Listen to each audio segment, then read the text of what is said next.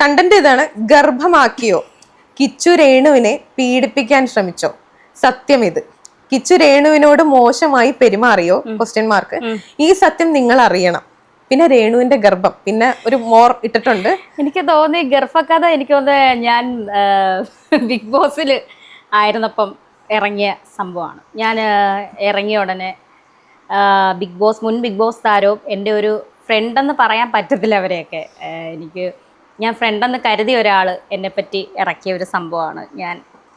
സുധിച്ചേട്ടൻ്റെ മരണത്തിന് ശേഷം ഞാൻ വീണ്ടും അത് കുത്തിപ്പൊക്കുക എന്ന് കരുതരുത്, ഞാനത് സംസാരിക്കട്ടെ. സുധിച്ചേട്ടൻ്റെ മരണത്തിന് ശേഷം 1 മാസം കഴിഞ്ഞപ്പോൾ ഞാൻ പ്രഗ്നൻ്റായി, അബോഷനാക്കി എന്ന് പറയുന്ന ഒരു സംഭവവുമായിട്ട് ബന്ധപ്പെട്ടാന്ന് തോന്നുന്നു ഈ വൃത്തികെട്ട ഈ വ്ളോഗർ ഇപ്പോൾ ഇങ്ങനെ ഒരു പ്രസ്താവന നടത്തി. ഇതിനെപ്പറ്റി ഞാൻ എന്ത് പറയാനാണ്? അതിന്റെ അടുത്ത് ചോദിച്ചിരിക്കുന്നത് കിച്ചു രേണുവിനെ ഗർഭമാക്കിയോ എന്നാണ്.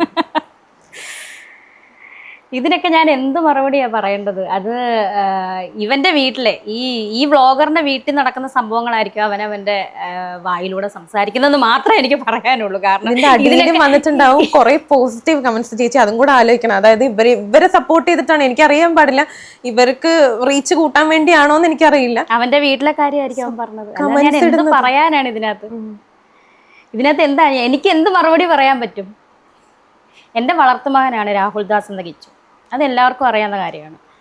ഈ ഒരു 5 മാസം മുന്നേ വരെ ആ ഒരു ബന്ധം നല്ല ദൃഢമായിട്ട് പോയിക്കൊണ്ടിരുന്ന ബന്ധം. എന്തുവാകട്ടെ, ചിലപ്പം അതിനകത്ത് അസ്വാരസ്യങ്ങൾ കാണുമായിരിക്കും. ഇതെല്ലാം മറന്നുകൊണ്ടും എല്ലാം ക്ഷമിച്ചുകൊണ്ടും തന്നെയാണ് ഞാൻ പോകുന്നത്. അന്നും ഈ 5 മാസം മുന്നേ ഞാൻ ഹെൽപ്പ് ചെയ്തുകൊണ്ടിരുന്ന ഒരു വളർത്തുമകൻ തന്നെയാണ്. അങ്ങനെ തന്നെ ഞാൻ പറയുന്നുള്ളൂ. പക്ഷേ അതിനകത്ത് പല കറുത്ത കൈകളും ചേർന്നു. അങ്ങനെ തന്നെ പറയും. ഈ വ്ളോഗർ, ഈ സ്ത്രീ അവരുടെ വീട്ടിൽ പോവുക, എൻ്റെ ഭർത്താവിൻ്റെ വീട്ടിൽ പോവുകയും എൻ്റെ ഭർത്താവിൻ്റെ വീട്ടുകാർക്കും എൻ്റെ ഈ വളർത്തുമകനും അറിയാവുന്ന കാര്യമാണ് ഈ ഒരു സ്ത്രീ എന്നെ അപമാനിക്കുന്നതും എന്നെ ദ്രോഹിക്കുന്നതും. ഇതെല്ലാം എൻ്റെ വളർത്തുമകനും എൻ്റെ ഭർത്താവിൻ്റെ വീട്ടുകാർക്കും അറിയാവുന്ന കാര്യം. ഇന്ന് വരെ ഞാൻ എൻ്റെ ഭർത്താവിൻ്റെ വീട്ടുകാരെ ഒരു നെഗറ്റീവും ഞാൻ പറഞ്ഞിട്ടില്ല. പക്ഷേ എനിക്കിന്ന് പറയണം. ഇനി ഇതിൻ്റെ പേരിൽ ഇനി വിവാദം ഉണ്ടായാലും, ഇതിൻ്റെ അടിയിൽ വന്ന് നെഗറ്റീവ് കമൻസ് കൊണ്ട് എന്നെ മൂടിയാലും, എന്നെ ശപിച്ചാലും, എനിക്ക് വേണ്ടി പ്രാർത്ഥിക്കുന്ന കുറച്ച് നല്ല ആളുകൾ എൻ്റെ വീട്ടുകാരും എൻ്റെ കൂടെ ഉള്ളിടത്തോളം കാലം ഞാൻ താഴെ വീഴത്തില്ല. എനിക്ക് പറയണം. ഈ സ്ത്രീ അന്ന് ഈ വീട്ടിൽ വന്നപ്പം, അല്ലെങ്കിൽ എൻ്റെ ഭർത്താവിൻ്റെ വീട്ടിൽ വന്നപ്പം, ഇവരെന്തുകൊണ്ട് അവരെ സൽക്കരിച്ച് അതിനകത്ത് കയറ്റി? എന്നിട്ട് വലിയ വായിൽ പോസ്റ്റ് ഇട്ടല്ലോ, കുരു പൊട്ടുന്നവർക്ക് പൊട്ടട്ടെ എന്ന്. ആർക്ക് കുരു പൊട്ടാനാ? എനിക്കെന്ത് കുരു പൊട്ടാനാ? 11 വയസ്സിൽ തള്ള പോലും, സ്വന്തം പെറ്റതള്ള അന്ന് ഉണ്ടായിരുന്നു. പിന്നെയാണ് അവർ മരിച്ചത്. പെറ്റതള്ള ഉപേക്ഷിച്ച ഒരു കുഞ്ഞിനെയും രണ്ടാമത്തെ ഭാര്യ വരെ ഉപേക്ഷിച്ച ഒരു ഭർത്താവിനെയും കൂടെ ഞാൻ നോക്കിയതാണോ തെറ്റ്? അയാളെ സ്നേഹിച്ച് ഇവിടെ ഇരിപ്പുണ്ടല്ലോ ഫോട്ടോ, ഇദ്ദേഹത്തെ സ്നേഹിച്ച് ആ കുഞ്ഞിനെ ഞാൻ ബോർഡിങ് നിർത്തിയോ? ഒരു വാക്കുകൊണ്ട് ഞാൻ വേദനിപ്പിച്ചിട്ടില്ല 11 വയസ്സുള്ള ആ കുട്ടീനെ. ആ 11 വയസ്സ് തൊട്ട് ഈ 17, ഈ 18 സുധിച്ചേട്ടൻ മരിച്ചു കഴിഞ്ഞും 1 വർഷം എൻ്റെ കൂടെ തന്നെയായിരുന്നു. ഞാനൊരു വാക്കുകൊണ്ടോ നോക്കൊണ്ടോ വേദനിപ്പിച്ചിട്ടില്ല. അവൻ ചെയ്ത തെറ്റുകളെല്ലാം ഞാൻ മറന്ന് ക്ഷമിച്ചു ഞാൻ മുന്നോട്ട് പോയതാണ്. അതാണോ ഞാൻ ചെയ്ത തെറ്റ്? ഇത്രയൊക്കെ അറിയാം. എന്നെ പലപ്പോഴും ദ്രോഹിച്ച് ഈ സ്ത്രീയെ വീട്ടിൽ കയറ്റി ഇരുത്തണമെങ്കിൽ ഇവരെന്തുകൊണ്ട് എന്നെ അപ്പം എന്താണ് ഇവർ മനസ്സിലാക്കി? ഇവരൊന്ന് ചിന്തിക്കണം. എൻ്റെ ഭർത്താവിൻ്റെ വീട്ടുകാരൊന്ന് ചിന്തിക്കണം. ഞാൻ ആരെയും പേരെടുത്ത് പറയുന്നില്ല. എൻ്റെ ഭർത്താവിൻ്റെ വീട്ടുകാരൊന്ന് ചിന്തിക്കണമായിരുന്നു. എൻ്റെ മകൻ്റെ, അല്ലെങ്കിൽ ഞങ്ങളുടെ സുധിയുടെ ഭാര്യയാണ് അവൾ. ഒന്നും വേണ്ട, അവൻ്റെ കുഞ്ഞിൻ്റെ ഒരു അമ്മയും കൂടാണ്. ആ രാഹുൽദാസ് മാത്രമല്ല സുധിക്ക് മകൻ, മൃദുൽദാസും ഉണ്ട്. ചിന്തിക്കണമായിരുന്നു. ഒന്നും ആകട്ടെ, അവർ കയറി വന്നെങ്കിൽ മാന്യമായിട്ട് പറഞ്ഞു വിടണമായിരുന്നു അവരെ. നിങ്ങൾ എൻ്റെ മരുമകളെ പറ്റി ആവശ്യമില്ലാത്ത പറയുന്നതാണ്, അല്ലെങ്കിൽ രേണുവിനെ പറ്റി നിങ്ങൾ എന്തിനാ വെറുതെ കുടുംബം കലക്കുന്നത്? ആ അമ്മയും മകനും ഇപ്പം മര്യാദയ്ക്ക് പോവല്ലേ ആ ബന്ധം? അന്ന് തൊട്ടാണോ ഈ പ്രശ്നങ്ങൾ ഉണ്ടായത്? എന്നെ വേണ്ടാത്തവരെ എനിക്കും വേണ്ട. ഞാൻ എന്തായാലും എൻ്റെ ഇളയ മകനോട് ഞാൻ പറയുന്നില്ല, നീ അവരെ വേണ്ട ഇവിടെ വേണ്ടെന്നൊന്നും ഞാൻ പറഞ്ഞിട്ടുമില്ല. ഇതുവരെയായിട്ടും ഞാൻ പറഞ്ഞിട്ടില്ല. അവൻ്റെ ഇഷ്ടം. അവൻ്റെ അപ്പൻ്റെ വീട്ടുകാരെ അവന് വേണമെങ്കിൽ, അല്ലെങ്കിൽ അവർ ഇന്ന് വരെ തിരിഞ്ഞു നോക്കിയിട്ടില്ലല്ലോ, ഇപ്പോഴും തിരിഞ്ഞു നോക്കുന്നില്ലല്ലോ. ഞാൻ തന്നെയല്ലേ ആ കുഞ്ഞിനെ നോക്കുന്നത്. ഇതൊക്കെ ഞാൻ മറച്ചു വെച്ചെങ്കിൽ ഞാൻ നല്ല കുറേ പാവം കമൻസ് വരും. അയ്യോ അവള് പാവം കൊണ്ടിട്ട് എനിക്ക് അരി മേടിക്കാൻ പറ്റുമോ? എനിക്ക് ആരെങ്കിലും കൊണ്ട് തരുന്നുണ്ടോ? തരാമെന്ന് പറഞ്ഞു ഒരുപാട് പേര്. ക്യാൻസർ ആയപ്പോൾ രേണുവിനെ സഹായിക്കാൻ ആര് തന്നേനോ തരാത്തേനോ ഞാൻ ആരെയും കുറ്റപ്പെടുത്തുന്നത്. എനിക്ക് ആരെയും ഒന്നും വേണ്ട. ആരോടും ഞാൻ ചോദിക്കുന്നുമില്ല. എന്നിട്ട് നാളെ പറയും ഇവിടെ എഴുന്നേറ്റ് നിൽക്കുന്ന എൻ്റെ പൈസ കൊണ്ടാണ്, അവള് ക്യാൻസർ വന്ന്. ഇതൊന്നും കേൾക്കേണ്ട കാര്യമില്ലല്ലോ. ഓക്കെ സുഹൃത്തുക്കളെ, എനിക്കിത് തോന്നിയ ഒരു കാര്യം എന്ന് പറയുമ്പോൾ ഇപ്പം കുറെ നാളായിട്ട് ഈ രേണുസുതി എന്ന് പറയുന്ന വ്യക്തിനെ ആരും റിയാക്ട് ചെയ്യുകയോ ആരും രേണുസുതിക്കെതിരെ വീഡിയോ ഇടുകയോ ചെയ്യുന്നില്ല. കുറെ നാളായിട്ട് കുറച്ച് നാളുകളായിട്ട് ആരും രേണുസുതിയെ മൈൻഡ് പോലും ചെയ്യുന്നില്ല. ഒരൊറ്റ യൂട്യൂബേഴ്സും മൈൻഡ് പോലും ചെയ്യുന്നില്ല. ഓക്കെ, അപ്പോൾ ഇങ്ങനെയുള്ള വ്യക്തികൾക്കുള്ള ഒരു ആഗ്രഹമാണ് ശരിക്കും ഒരു ലൈം ലൈറ്റിൽ വന്ന് എപ്പോഴും നിൽക്കണം, എപ്പോഴും ഒരു എന്താ ഒരു ട്രെൻഡിൽ നിൽക്കണം എന്നുള്ളൊരു കാര്യം. ഓക്കെ, അപ്പോൾ അതിന്റെ പേരിൽ എനിക്ക് തോന്നുന്നു രേണുസുതി അങ്ങോട്ട് പൈസ കൊടുത്ത് ഈ ഒരു ഇന്റർവ്യൂറെ ഇവിടെ വിളിച്ചിരുത്തി ഒരു വീഡിയോ എടുപ്പിച്ചതായിരിക്കാനാണ് സാധ്യത. ഓക്കെ, അതൊരു വിവാദം ഉണ്ടാക്കണം. വിവാദം ഉണ്ടാക്കി ആളുകൾ രേണുസുതിയുടെ വീഡിയോ വെച്ച് റിയാക്ട് ചെയ്യണം. അതായത് ഞങ്ങനടക്കമുള്ള വ്യക്തികൾ ഇതുപോലെ വന്ന് നിന്നിട്ട് പറയണം, ഇതുപോലെ സംസാരിക്കണം. ആ സംസാരിക്കുന്നത് വെച്ച് റീച്ച് ഉണ്ടാവണം. അതൊരു വിവാദമായി മാറണം. പിന്നെ വരും ദിവസങ്ങളിൽ രേണുസുതിയെ പറ്റി ആളുകൾ സംസാരിക്കണം. ആളുകളെ സംസാരിക്കുമ്പോൾ രേണുസുതി ഇതിനെപ്പറ്റി വീഡിയോസ് യൂട്യൂബിൽ ചെയ്യുന്നു, രേണുസുതിക്ക് ലക്ഷങ്ങൾ വ്യൂസ് കിട്ടുന്നു, അതിനനുസരിച്ച് റവന്യൂ കിട്ടുന്നു. ഇതാണ് പുള്ളിക്കാരിയുടെ ഒരു സ്ട്രാറ്റജി. ഓക്കെ, ഇതിനു വേണ്ടി ഇപ്പൊ പിടിച്ചിട്ടിരിക്കുന്നത് കിച്ചു സുതി, അതായത് കൊല്ലസുതിയുടെ മൂത്ത മകനെയും അതുപോലെ തന്നെ അവന്റെ കുടുംബത്തെയാണ്. ഓക്കെ, ഇനി അത് മാത്രം ചെയ്തു കഴിഞ്ഞാൽ ഒരു ട്രെൻഡിങ് ഒരു പെട്ടെന്നൊരു ഒരു ചർച്ചയാവണമെന്നുണ്ടെങ്കിൽ ഈ ഒരു വിഷയം മാത്രം എടുത്തിട്ടാൽ മാത്രമേ നടക്കൂ എന്ന് പുള്ളിക്കാരിക്ക് അറിയാം. പുള്ളിക്കാരി ബ്രില്യൻ്റ് ആണ് കേട്ടോ, പക്ക ബ്രില്യൻ്റ് ആണ്.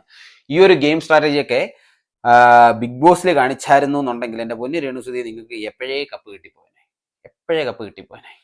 ഓക്കെ, എന്താണ് ശരിക്കും അതിനിടയ്ക്ക് ആ ഷെഫീന ബീവി എന്ന് പറയുന്ന അവര് നല്ലതാണോ ചീത്തയാണോ അവരൊന്നും നമുക്കറിയാൻ പാടില്ല. പക്ഷെ അവരെയും ഇട്ട് കുത്തുന്നുണ്ട്, പുള്ളിക്കാർ തന്നെ എടുത്തു വെച്ച് കുത്തുന്നുണ്ട്.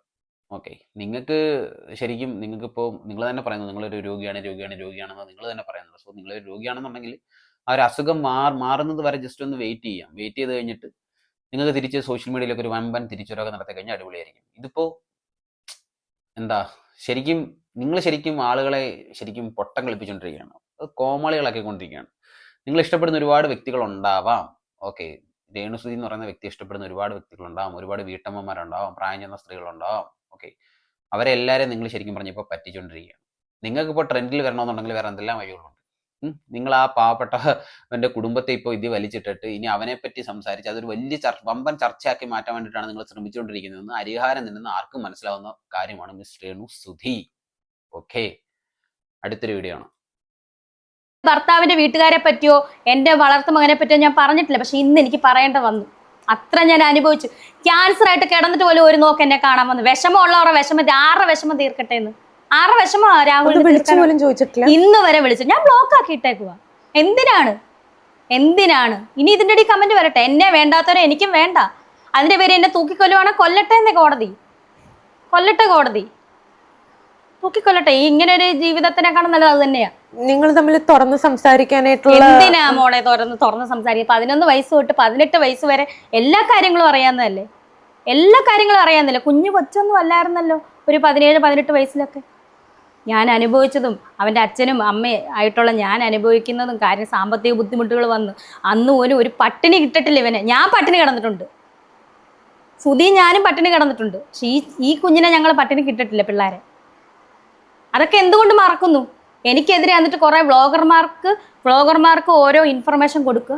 ഇതൊക്കെ ഞാൻ പിന്നീടാണ് അറിയുന്നത്. അതിൽ കൂടെ എന്തെങ്കിലും പൈസ കിട്ടുമായിരിക്കും പൈസ.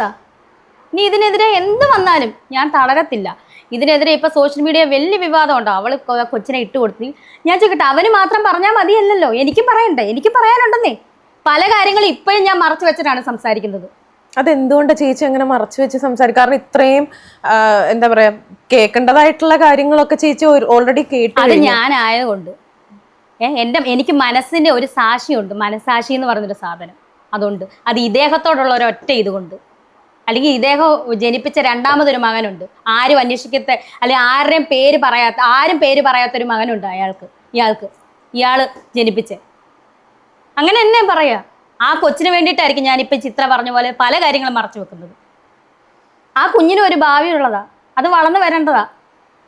അതുകൊണ്ടായിരിക്കും പല കാര്യങ്ങളും ഞാൻ മറച്ചു വെക്കുന്നത്. ഈ സോഷ്യൽ മീഡിയ കണ്ടിട്ട് നാളെ ഋതപ്പൻ വളർന്നു വരുന്ന ആ ഒരു ടൈമില് സോഷ്യൽ മീഡിയ കാണുമ്പോ അതിന് ചേച്ചി എന്തെങ്കിലും പേടിക്കുന്നുണ്ടോ? ഒരു പേടിയില്ല ചിത്ര. എനിക്ക് പറയാനുള്ള വാക്കുകൾ എന്നെ അവൻ മനസ്സിലാക്കിയിട്ടുണ്ട്. ഈ കുഞ്ഞ് ഇത്രയും ഉണ്ടെങ്കിലും അവൻ എന്നെ പല കാര്യങ്ങളും മനസ്സിലാക്കിയിട്ട് എന്നെക്കാൾ അറിവുണ്ടെന്നാണ് എനിക്ക് തോന്നുന്നത്. ഇപ്പോഴും ഞാൻ ഈ എൻ്റെ മുടി ഇത് വിഗാണ് ചിത്രക്കറിയാം. ഇത് കീമോ തുടങ്ങി കഴിഞ്ഞാൽ നമ്മുടെ കൺപീലി പോവും, നമ്മുടെ മുടി മുഴുവൻ പോവും, മുടിയെല്ലാം പൊഴിഞ്ഞു പോവും. ഇത് വിഗാണ്. ഉണ്ട് വിഗാണ്. എനിക്കിത് ഇങ്ങനെ കാണിക്കുന്നതിന് എനിക്കൊരു വിരോധവും ഇല്ല. ചേച്ചി അത് ഇടൂ.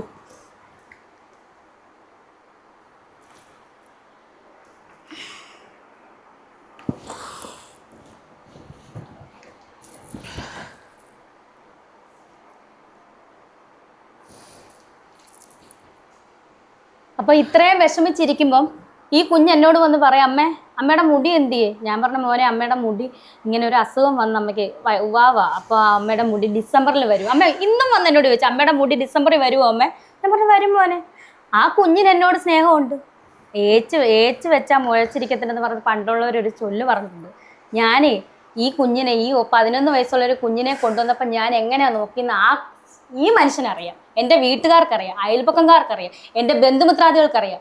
എൻ്റെ ബന്ധുക്കൾ വീട്ടിൽ വന്നാൽ, എൻ്റെ ഏതെങ്കിലും ബന്ധുക്കൾ വീട്ടിൽ വന്നാൽ എൻ്റെ എന്തെങ്കിലും ഫുഡ് ഐറ്റം വല്ലതും കൊണ്ടുവന്ന് എൻ്റെ അമ്മ പറയും, ദേ അവൻ്റെ കൊടുക്കുക, അവനൊരു ഇത് വരരുത്, വിഷമം വരരുത്. അങ്ങനെയാണ് ഞങ്ങൾ അവനെ, ഞങ്ങളുടെ ബന്ധുക്കളുടെ മുന്നിൽ പോലും അവനെ ഞങ്ങൾ കൊണ്ടു നടന്നത്. അറിയോ? അതൊക്കെ മറന്നവൻ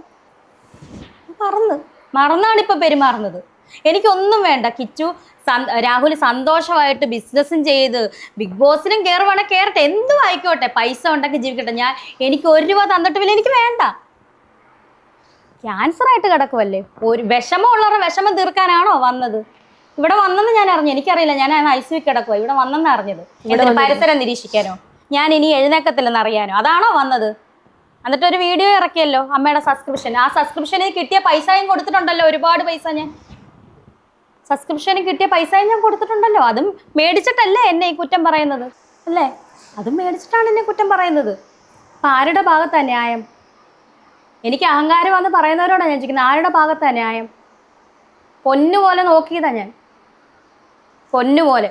എന്തെങ്കിലും ഒരു വളർത്തമ്മ ഒരു നെഗറ്റീവ് ഒന്ന് അടിക്കുവാണെങ്കിൽ പോകത്തില്ലേ, ഇറങ്ങി പോകത്തില്ലായിരുന്നോ? എൻ്റെ കൊല്ലത്തെ എൻ്റെ അച്ഛൻ്റെ വീട്ടുകാർ നോക്കുമെന്ന് പറഞ്ഞ് പോയിട്ടില്ലല്ലോ. എൻ്റെ കൂടെ തന്നെയല്ലേ 7 വർഷം ഒരുമിച്ച് ജീവിച്ചത്, അമ്മാൻ തന്നെയല്ലേ വിളിച്ചുകൊണ്ടിരുന്നത്. എന്നിട്ട് ഈ 21 വയസ്സായപ്പോഴത്തേനും നമ്മൾ നെഗറ്റീവ് അടിച്ച് നമുക്കിട്ട് നമ്മുടെ വീട്ടുകാരഴുക്ക്, നമ്മുടെ വീട്ടുകാർക്ക് വൃത്തിയില്ല, നമ്മുടെ വീട്ടുകാരവനെ ഉപദ്രവിച്ചു, നമ്മുടെ വീട്ടുകാർ ഈ മനുഷ്യനെ, എൻ്റെ ഭർത്താവിനെ ദ്രോഹിച്ചു. ഞങ്ങളുണ്ടായിരുന്നതുകൊണ്ട് ഇദ്ദേഹം 7 വർഷം ഞങ്ങളോട് സന്തോഷമായിട്ട് ജീവിച്ചെന്ന് പറയാം. പിന്നെ ഞാൻ കേട്ടു, ഞാൻ കാരണം എന്തോ ഇദ്ദേഹം ആത്മഹത്യ ചെയ്യാൻ പോകുന്നു. അങ്ങനെ ഒരു സംഭവം ഉണ്ടായിട്ടില്ല 7 വർഷമായിട്ട്. അങ്ങനെയാണെങ്കിൽ തലേന്ന് മരണസമയത്ത് മരിക്കാൻ പോയ മനുഷ്യനെന്തിനാ ഓടി എന്നെ കാണാനോ എൻ്റെ വാവുട്ടെ എന്ന് പറഞ്ഞ് ഓടി വന്നത്? അവിടെ ഞാൻ സ്വസ്ഥത കൊടുക്കത്തില്ലെങ്കിൽ അയാൾ ഷൂട്ടിന് പോയാൽ അവിടെ നിൽക്കാമല്ലോ. എത്രയോ ദിവസം ഹോട്ടൽ റൂമുകളിൽ നിൽക്കാം, ഒരു ദിവസം പുള്ളി നിൽക്കത്തില്ല ഷൂട്ടില്ലെങ്കിൽ. പുള്ളി ഓടി വരും എന്നെ കാണാൻ, അല്ലെ എൻ്റെ മക്കളെ കാണാൻ. ഞാൻ സമാധാനം കൊടുക്കാത്തൊരു ഭർത്താവാണെങ്കിൽ പണ്ടേ ഇയാൾ എന്നെ ഉപേക്ഷിച്ച് പോകത്തില്ലായിരുന്നു. ഞാൻ അറിഞ്ഞതാ, ഞാൻ കാരണം ഇദ്ദേഹം ആത്മഹത്യ ചെയ്യാൻ ശ്രമിച്ചു. ഇങ്ങനൊരു സംഭവം ഉണ്ടായിട്ടില്ല. അതാണ് ഞാൻ പല കാര്യങ്ങളും മറച്ചു വെക്കുന്നത്. ഞാൻ കാരണമല്ല ശ്രമിക്കുന്നത്, അല്ല ഞാൻ കാരണമല്ല ഇദ്ദേഹം വേദനിച്ചത്. ഇദ്ദേഹത്തിൻ്റെ ഫോൺ ഇപ്പോഴും എൻ്റെ കയ്യിലുണ്ടല്ലോ. ഒന്ന് നന്നാക്കി കഴിഞ്ഞാൽ അതിനകത്തെ വോയിസ് റെക്കോർഡും കാര്യങ്ങളൊക്കെ എൻ്റെ കയ്യിൽ ഇപ്പോഴും കിട്ടുമല്ലോ. വേണ്ട, എൻ്റെ ചേച്ചിയുടെ ഹസ്ബൻഡിനെ അയച്ച പല വോയിസുകളും ഇപ്പോഴും എൻ്റെ കയ്യിലുണ്ട്. ഇവർ ഈ ചിന്തിക്കുന്ന പോലെ ഞാൻ ചിന്തിക്കുകയാണ്, പല വ്ളോഗേഴ്സിന് ഇതൊക്കെ കൊടുക്കാമല്ലോ. ഇദ്ദേഹം പറഞ്ഞ ഓരോ വാക്കുകളും എന്തിനാ മരിച്ചുപോയ ആ മനുഷ്യനെ വെറുതെ വീണ്ടും ഇതാക്കുന്നത് നമ്മൾ? അതുകൊണ്ടൊക്കെയാണ് ഞാൻ മിണ്ടാതിരിക്കുന്നത്. എനിക്കിതൊന്നും അറിയാഞ്ഞിട്ടല്ല. ഈ കൊല്ലത്തെ വീട്ടുകാരായിട്ടുള്ള യഥാർത്ഥ പ്രശ്നം ശരിക്കും എന്താ? ഇദ്ദേഹം മരിച്ചു കഴിഞ്ഞിട്ട് 2-3 വട്ടം വരികയൊക്കെ ചെയ്ത്, അത് കഴിഞ്ഞിട്ട് എനിക്കന്ന് കാര്യങ്ങളൊന്നുമില്ല, പൈസ കാര്യങ്ങളില്ലാത്തപ്പം ഞാൻ ചോദിക്കുമ്പോൾ ഈ പുള്ളിയുടെ ചേട്ടൻ്റെ വൈഫ്, ഇപ്പം ഉള്ള അവരുടെ വല്യമ്മ എന്ന് പറയുന്ന ആളും വല്യച്ഛനും, ഇവരെനിക്ക് 500 രൂപയുള്ള കാര്യം പറ, 500 രൂപയൊക്കെ കൊച്ചിന് ബിസ്ക്കറ്റ് മേടിക്കാനും കാര്യങ്ങളൊക്കെ തന്നിട്ടുണ്ട്. ഇല്ലെന്നല്ല, തന്നിട്ട് പറയുന്നതല്ല, തന്നിട്ടുണ്ടെന്ന് തന്നെ ഞാൻ പറയുന്നു, തന്നിട്ടുണ്ട്. അതിനുശേഷം ഞാൻ ഈ ആൽബങ്ങളും കാര്യങ്ങളൊക്കെ ചെയ്തതിന് ശേഷം പിന്നെ ഞാൻ ചോദിച്ചിട്ടുമില്ല, അവർ തന്നിട്ടുമില്ല. അതിന് എതിർപ്പുണ്ടായിരുന്നു അവർക്ക്? അതിന് ആദ്യമൊക്കെ ഇല്ല, എന്നോട് നേരിട്ടൊന്നും സംസാരിച്ചിട്ടില്ല, മെസ്സേജ് അയക്കാറുണ്ടായിരുന്നു ഒക്കെ ഉണ്ടായിരുന്നു. പക്ഷെ അത് കഴിഞ്ഞതിന് ശേഷം ഈ ലോകം മുഴുവനും ക്യാൻസർ ആകും. എത്രയോ പേരെന്നെ വിളിച്ചു ചോദിച്ചു ക്യാൻസർ ആണോ, ഒരു മനുഷ്യരെ വിളിച്ചു ചോദിച്ചില്ല. മെയിൻ സ്ട്രീം വണ്ണിന് കൊടുത്ത ഇൻ്റർവ്യൂവിൻ്റെ അന്ന് വൈകിട്ട് വിളിച്ച് ചോദിച്ചേക്കുന്നു രേണു. അപ്പം ഞാൻ പറഞ്ഞു, ഞാനന്ന് ഗുളിക കഴിച്ചുകൊണ്ടിരിക്കുക, ചേച്ചിയാണ് ഫോൺ എടുത്തത്. ഇങ്ങനൊരു സമയം ഞങ്ങൾക്ക് അറിയത്തില്ലായിരുന്നു. എത്രയും ലോകത്തുള്ള നാനാവിധത്തിലുള്ള ആളുകൾ വിളിച്ചു വെച്ചു, സത്യമാകല്ലേ രേണു, സത്യമാണോ എന്ന് വിളിച്ചു വെച്ചു വ്ളോഗേഴ്സ് ഇട്ടപ്പം തന്നെ. അതുപോലും ഇവരെ കൊണ്ട് പറ്റിയില്ലല്ലോ. ഇവർ വന്നിവിടെ എന്നിട്ട് പരിസരം നിരീക്ഷിക്കണം, ഞാനിനി എഴുന്നേക്കത്തില്ലെന്ന് അറിയാനും. അങ്ങനെ എന്നെ പറയാം, കാരണം എന്നെ വേണ്ടാത്തവരെ ഇനി എനിക്ക് വേണ്ട, എനിക്ക് വേണ്ട. ഞാനതിൻ്റെ പേരിൽ ഇനി അഹങ്കാരി ആയിക്കോട്ടെ, അവൾ ക്യാൻസർ വന്ന് പിന്നെ അവൾക്ക് നാക്കിന് ഇല്ല, നാക്കുള്ളത് കൊണ്ടാണ് ഞാൻ ഇന്ന് ഈ ട്രീറ്റ്മെൻറ്റ് പിടിച്ചു നിൽക്കുന്നതും ജീവനോടെ ഇരിക്കുന്നത്.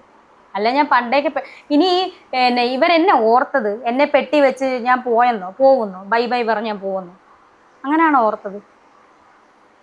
അതായത് ചേച്ചി ഇപ്പോഴും തിരിച്ചു വരരുത് എന്ന് ആഗ്രഹിക്കുന്ന ആൾക്കാർ ഒരുപാടുണ്ട്. ഓക്കെ, അപ്പോൾ രേണുസുതിക്ക് ഇത്രയും നാളായിട്ടും കൊല്ലം സുധിയുടെ ഭർത്താവിനെ പറ്റിയോ ഭർത്താവിൻ്റെ മകനെ പറ്റിയോ ഇതൊന്നും പറയണ്ടായിരുന്നു.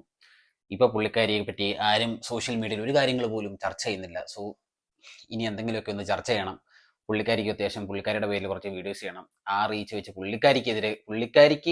നമുക്കെതിരെ പുള്ളിക്കാരിക്ക് കുറച്ച് വീഡിയോസ് ചെയ്യണം, കുറച്ച് റീച്ച് ഉണ്ടാക്കണം, കുറച്ച് പണം ഉണ്ടാക്കണം. ഈ ഒരു സ്ട്രാറ്റജി ആയിട്ടാണ് പുള്ളിക്കാരി വന്നിരിക്കുന്നത് എന്ന് എല്ലാവർക്കും ഞാൻ വ്യക്തമാക്കി തരുന്നു സുഹൃത്തുക്കളെ. പിന്നെ ഈ കിച്ചുസുതി ഇടയ്ക്ക് വയ്യാതായപ്പോൾ കാണാൻ ചെന്ന കാര്യം പുള്ളിക്കാരൻ തന്നെ വീഡിയോയിലൊന്ന് പറയുന്നുണ്ട്, ഞാൻ അവരെ കാണാൻ പോയി, പക്ഷേ അവരെ വീട്ടുകാരെന്നെ കാണാൻ സമ്മതിച്ചില്ല എന്ന് പുള്ളിക്കാരൻ തന്നെ ഏതൊരു വീഡിയോയിൽ പറയുന്നുണ്ട്. ഇതൊന്നും ചെയ്യാഞ്ഞിട്ട് ഇപ്പോൾ വന്നിരുന്ന് ഫുള്ള് മെഴുകി കരയാണ്. ഓക്കെ, അവസ്ഥയൊക്കെ ഓർക്കുമ്പോൾ നമുക്ക് എല്ലാവർക്കും വിഷമമുണ്ട്. പക്ഷേ ശരിക്കും ഈ ഒരു അസുഖത്തെ രേണുസുതി നിങ്ങൾ ഒരിക്കലും മുതലെടുക്കരുത്. ഓക്കെ, ഈ സോഷ്യൽ മീഡിയയിൽ ഇട്ടിട്ടാണെങ്കിലും റീച്ച് ഉണ്ടാക്കിയിട്ടാണെങ്കിലും മുതലെടുക്കരുത്. പിന്നെ നിങ്ങൾ സബ്സ്ക്രിപ്ഷൻ്റെ കാര്യം പറഞ്ഞു. നിങ്ങൾ സബ്സ്ക്രിപ്ഷനിൽ ഞാൻ ഒട്ടും യോജിക്കാത്തൊരു കാര്യമാണ്. നിങ്ങൾ സബ്സ്ക്രിപ്ഷൻ എടുത്ത സമയത്ത് ശരിക്കും നിങ്ങളതിൽ ഏതൊക്കെ രീതിയിൽ ഭയങ്കര മോശം വൾഗറായിട്ടുള്ള രീതിയിലാണ് നിങ്ങൾ ഓരോ കാര്യങ്ങളും ചെയ്തുകൊണ്ടിരുന്നത്. അപ്പോൾ നിങ്ങൾ ഈ മക്കളുടെ കാര്യം ഓർത്തില്ലേ? നിങ്ങൾക്കൊരു മൂത്ത മോനുണ്ട്, നിങ്ങൾക്കൊരു ഇളയ മോനുണ്ട് എന്നുള്ള 2 മക്കളുണ്ടെന്നുള്ള കാര്യം നിങ്ങൾ ഓർത്തില്ല. നിങ്ങൾ അതിൽ പോയി ചുണ്ട് കടിച്ചും ചെറിയ രീതിയിൽ ക്ലിവേജ് പോലൊക്കെ എന്തെങ്കിലുമൊക്കെ കാണിച്ചും ഒക്കെ നിങ്ങൾ പൈസ ഉണ്ടാക്കി, ഇഷ്ടം പോലെ പൈസ ഉണ്ടാക്കി, ലക്ഷങ്ങളുണ്ടാക്കി. ഓക്കെ, 2 ആൺമക്കളാണ്. അവർ സമൂഹത്തിന് മുന്നിൽ എങ്ങനെ നോക്കും, അവരെ സമൂഹം എങ്ങനെ നോക്കിക്കാണും എന്നുള്ള കാര്യങ്ങളൊന്നും ചിന്തിക്കാതെ നിങ്ങൾ ഓരോന്നും കാട്ടിക്കൂട്ടി. ഇപ്പോൾ എന്നിട്ട് അതിനെ വന്നിരുന്ന് ന്യായീകരിക്കുന്നതിൽ ഒരർത്ഥമില്ല മിസ് രേണുസുതി ഒരർത്ഥമില്ല. ഓക്കെ, നിങ്ങളെ സ്നേഹിക്കുന്ന വ്യക്തികളുണ്ടാവും. ചിലപ്പോൾ നിങ്ങൾ പറയുന്നതൊക്കെ ചിലപ്പോൾ സത്യങ്ങളാവും, ചിലപ്പോൾ കള്ളങ്ങളാവും. ഇതൊന്നും ഇവിടെ വിഷയമുള്ള കാര്യമല്ല. കാരണം അതാണ്, നിങ്ങളെ ഇഷ്ടപ്പെടുന്ന കുറച്ച് ആളുകളുണ്ട്. സോ അവർക്കിനി എന്തൊക്കെ നിങ്ങൾ കാട്ടിക്കൂട്ടിയാലും ഒരു പ്രശ്നമില്ല. അപ്പോൾ ഇനി അതുപോലെ നിങ്ങൾ ഇഷ്ടപ്പെടുന്ന ആളുകളെ ശരിക്കും വഞ്ചിക്കാതിരിക്കുക, ചതിക്കാതിരിക്കുക. മാന്യമായിട്ടുള്ള രീതിയിൽ എന്തെങ്കിലും വീഡിയോ ഇടാൻ പറ്റുമെന്നുണ്ടെങ്കിൽ ഫാമിലി വ്ളോഗോ അതൊക്കെ ഇട്ട് റീച്ച് ഉണ്ടാക്കി കുറച്ച് വരുമാനമാക്കി സെറ്റായിട്ട് ട്രീറ്റ്മെൻറ്റുമായിട്ട് മുന്നോട്ട് പോകാൻ വേണ്ടിയിട്ട് ശ്രമിക്കുക. അല്ലാതെ ഒരു കുടുംബത്തെ ഒരുമിച്ച് വന്നിരുന്ന് വലിച്ചു കീറുന്ന ഒരു പരിപാടി ഉണ്ടല്ലോ, അതങ്ങ് നിർത്തുന്നതായിരിക്കും ബെറ്റർ. ഓക്കെ സുഹൃത്തുക്കളെ, നിങ്ങളുടെ അഭിപ്രായങ്ങളും നിർദ്ദേശങ്ങളൊക്കെ നിങ്ങളുടെ വീഡിയോയിൽ കമൻസ് ആയിട്ട് രേഖപ്പെടുത്തുക. അതുപോലെ തന്നെ വീഡിയോ ഇഷ്ടപ്പെട്ടാൽ നിങ്ങൾ വീഡിയോ ലൈക്ക് ചെയ്യുക, ഷെയർ ചെയ്യുക. ഫേസ്ബുക്കിലാണെന്നുണ്ടെങ്കിൽ എന്നെ ഫോളോ ചെയ്യുക, യൂട്യൂബിലാണെന്നുണ്ടെങ്കിൽ എൻ്റെ ചാനൽ ജസ്റ്റ് സബ്സ്ക്രൈബ് ചെയ്യുക കേട്ടോ. അപ്പം അടുത്തൊരു വീഡിയോ ആയിട്ടാണ്. അതുവരേക്കും ബൈ.